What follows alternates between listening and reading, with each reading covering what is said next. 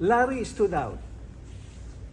Some people describe him as, especially the ladies, tall, dark, and never mind. Some say he defied description. Larry and I were classmates in high school and college. He was seated beside me in almost all my classes. One day, we were having a long quiz in economics, and the teacher went out of the room for 45 minutes. That gave him golden opportunity to look with eagle's eye on my answer sheet as I was scribbling my answers to tough questions. 10 minutes into the test, he whispered, "Bert, are you sure of your answer?"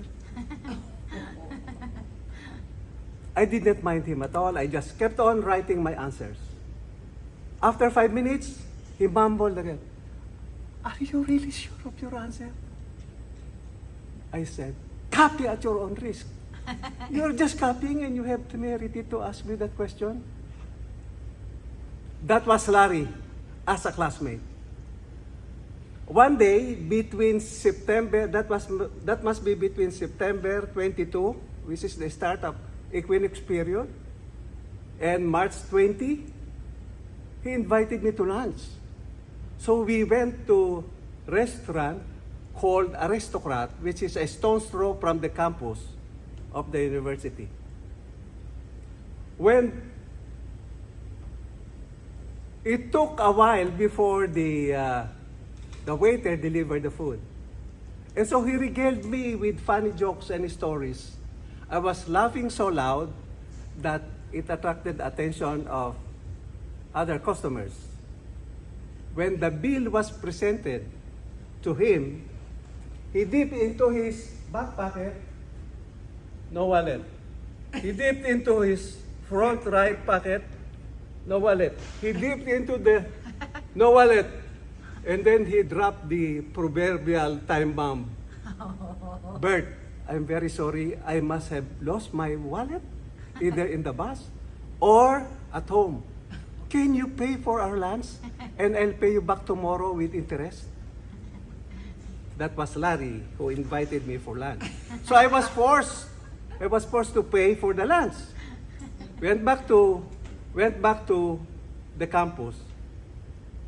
A week later, about lunchtime, I saw Larry entering the same restaurant with Grace, the lady he was courting.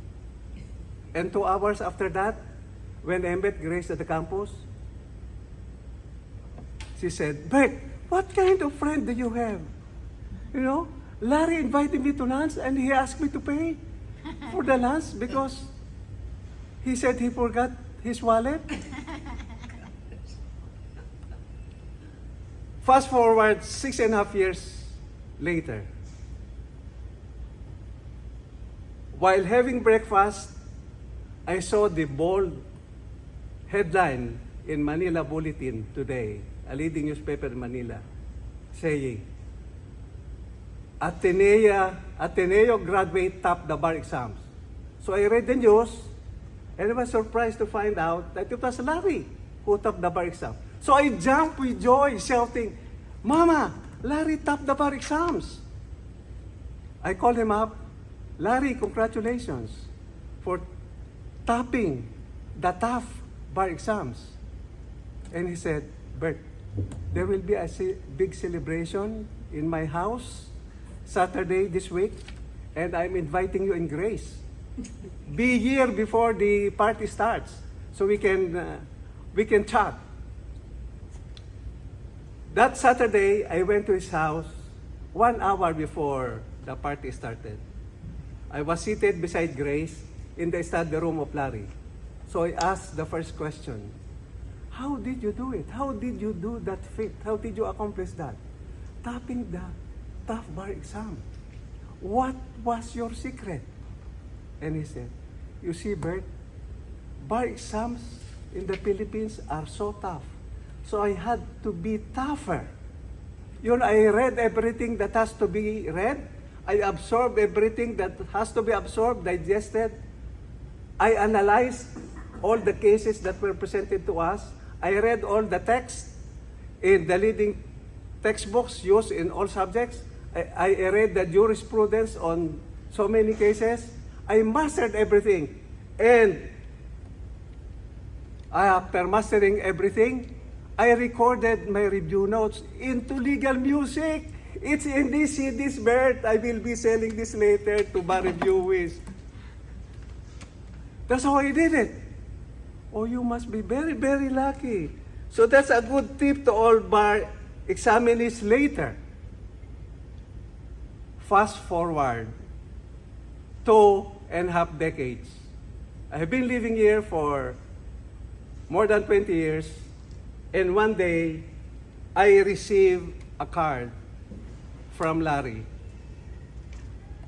saying, I am very sorry, my friend Bert. I forgot to invite you to my funeral. I was a victim of Big C, and I did not know the exact expiry date of my life, much less the date of my funeral. But as a childhood friend, I hope you can visit my grave anytime you fly to Manila for a visit. A year before the pandemic, I had a vacation in the Philippines, and I visited this grave at the Manila Memorial Park. And I was surprised to find out, inscribed in his tomb, these words, "Here lies the best lawyer who lies no more." Mr. Toastmaster.